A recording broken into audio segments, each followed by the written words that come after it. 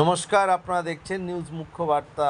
সকলের সাথে সকলকে নিয়ে নিউজ মুখ্য বার্তা দেখতে চ্যানেলটি সাবস্ক্রাইব করুন।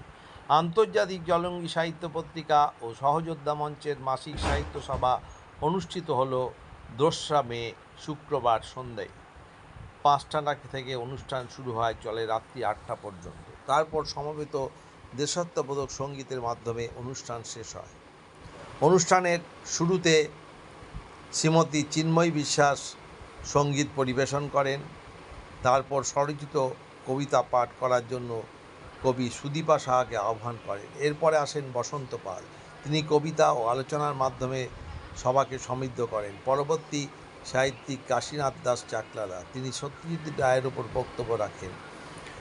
এই সাহিত্য সভাটি বহুদিন ধরে অনুষ্ঠিত হয়ে চলেছে। 1974 সালের 11ই আগস্ট সহযোদ্ধা মঞ্চের জন্ম হয়েছিল। ঋষিন মিত্রের নির্দেশে চিন্ময়ী বিশ্বাসের দায়িত্ব পাওয়ার পর এটি চিন্ময়ী বিশ্বাস 74তম সাহিত্য সভা।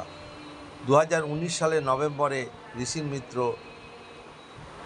সহযোদ্ধা মঞ্চের দায়িত্ব অর্পণ করেন আন্তর্জাতিক জলঙ্গ সাহিত্য পত্রিকার সম্পাদিকা চিন্ময়ী বিশ্বাসের হাতে।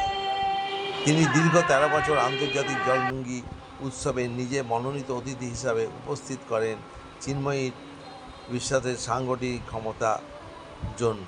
তাই চিন্ময়ী হাতে নিজের তৈরি সংগঠন তুলে দেন। নিজের মেয়ের মতো তিনি চিন্ময়ী বিশ্বাসকে ভালোবাসতেন। প্রতি ইংরেজি মাসের প্রথম শুক্রবার সহযোদ্ধা মঞ্চের জলঙ্গি পত্রিকার মাসিক সাহিত্য সভা অনুষ্ঠিত হয়।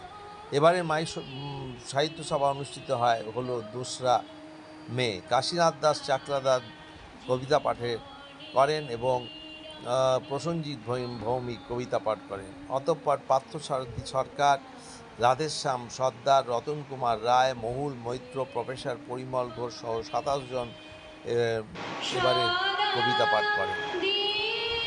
ব্যুরো রিপোর্ট, নিউজ মুখ্য বার্তা।